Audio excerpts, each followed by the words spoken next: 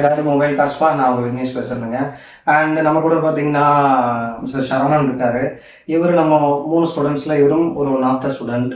And student மட்டும் இல்லாமல் இவர் நம்மளுடைய க்ளோஸ் ஃப்ரெண்ட். நம்ம ஒரு 8 இயர்ஸாக ஒரு ஃப்ரெண்ட்ஷிப் இருக்குது. அண்ட் இவர் ஒரு 8 வருஷமாக சர்வீஸ் ஸ்டேஷன் வந்து நடத்திக்கிட்டு இருந்தாப்படி.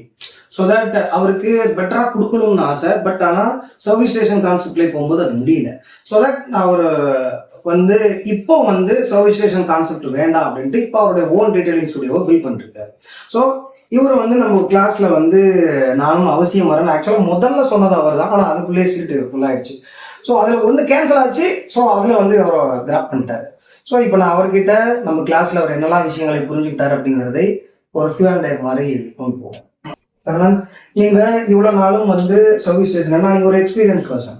ஸோ அந்த சர்வீஸ் ஸ்டேஷனில் டெய்லி 10 கார் 12 கார்லாம் சாதாரணமாக அடிச்சுக்கிறீங்க.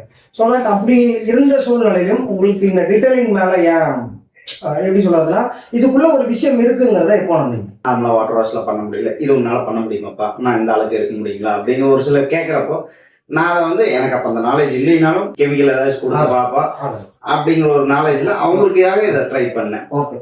அண்ட் நீங்கள் ப்ரஷ்னு தான் நான் சொல்கிறேன். நம்ம ப்ரஷ் எத்தனை வகையான ப்ரஷ் பார்த்தோம்? கிட்டத்தட்ட ஒரு இப்போ இந்த கிளாஸுக்கு அப்புறம் வந்து நிறைய ப்ரஷஸ் பார்த்தேன். ஆனா அப்ப எனக்கு தெரிஞ்சது ஒரு ப்ரஷ்ஷுக்குள்ள எவ்வளவு இருக்கு.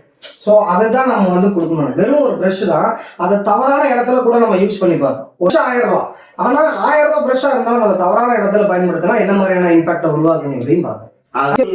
கெமிக்கலுக்குள்ள என்னென்ன டிஃபரன்ஷியேட் இருக்கு, ப்ரீமியம் ப்ராடக்டா இருந்தாலும் சரி, அது அசிடிக்கா இருந்தாலும் எப்படி ஹேண்டில் பண்ணணும், அதெல்லாம் நம்ம ஹேண்ட்ஸ் ஆனா இதை தொட்டா எப்படி ரியாக்ட் ஆகுதுங்கிறது நம்ம பார்ப்போம்.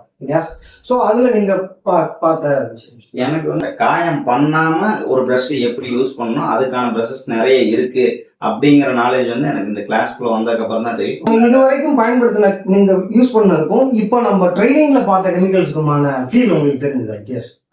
நல்லது. எனக்கு அந்த கெமிக்கல்ல வந்து நம்ம இப்போ முதல்ல எனக்கு அசிடிக் கெமிக்கல் தான் பெரும்பாலும் யூஸ் பண்ண தெரியும். ஆல்கலைன் பேஸ்டு கெமிக்கல்ஸ் இருக்கிறதே எனக்கு பெரிய நாலேஜ் இல்லை.